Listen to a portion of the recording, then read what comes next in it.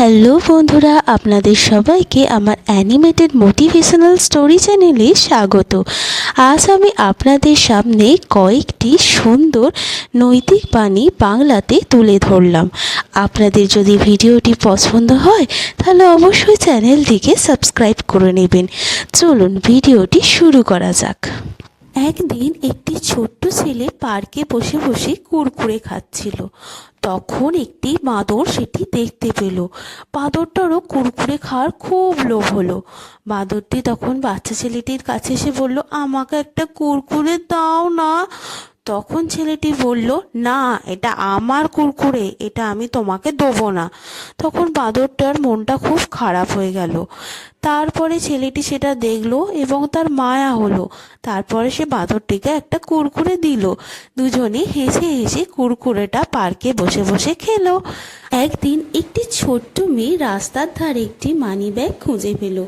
সে মানিব্যাগটি না নিয়ে এই মানিব্যাগের মালকিন, যিনি ছিলেন একটি সিঙ্গেল মাদার, তাকে মানিব্যাগটি ফিরিয়ে দিল। তার এই কাজের দ্বারা মাটি খুশি হয়ে বাচ্চা মেয়েটিকে একটি ছোট্ট উপহার দ্বারা পুরস্কৃত করল। মেয়েটি এই পুরস্কারটি না নিয়ে তার পাশে থাকা একটি বৃদ্ধ লোককে সেটি দান করে দিল। এই খবরটি চারিদিকে ছড়িয়ে পড়ল। তখন লোকেরাও একে অপরকে সাহায্য করা শুরু করলো। এইভাবে অপরিচিতরা বন্ধু হয়ে উঠল এবং শহরটির মধ্যে একটি উদারতা ও করুণার ধারা বয়ে চলল। রাজা মিডা সেই ছিলেন যে তার স্পর্শ করা সব কিছুই যেন সোনায় পরিণত হয়। তিনি এটিকে নিয়ে বারবার কল্পনা করতেন। একদিন এইরকমই কল্পনা করতে করতে তার আশেপাশে থাকা জিনিসপত্রকে যখনই তিনি স্পর্শ করলেন, দেখলেন যে সব কিছু সোনায় পরিণত হলো। তার কাছে যেন এটা স্বপ্নের মতো ছিল। আর এই স্বপ্নটি সত্যি হচ্ছে দেখে তিনি খুবই খুশি হলেন। তো এই খুশি তার বেশি দিন টিকল না।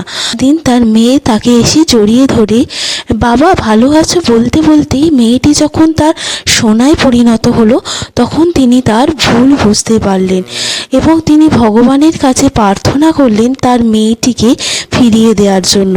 তিনি দিন রাত তপস্যা করলেন। ভগবান তার তপস্যায় খুশি হয়ে তার মেয়েকে আবার জীবন্ত করে দিলেন। তিনি তখন বুঝতে পারলেন যে বস্তুগত সম্পদের চেয়ে প্রেম এবং সম্পর্কের গুরুত্ব সব থেকে বেশি। তিনি এই জিনিসটাকে বুঝতে পেরে খুবই খুশি হলেন যে সম্পদের থেকে তার কাছে প্রেম, ভালোবাসা, সম্পর্ক হলো একটি গুরুত্বপূর্ণ জিনিস। আপনাদের এই ভিডিওটি পছন্দ হলে আমার চ্যানেলটিকে সাবস্ক্রাইব করবেন। ভিডিওটি দেখার জন্য ধন্যবাদ।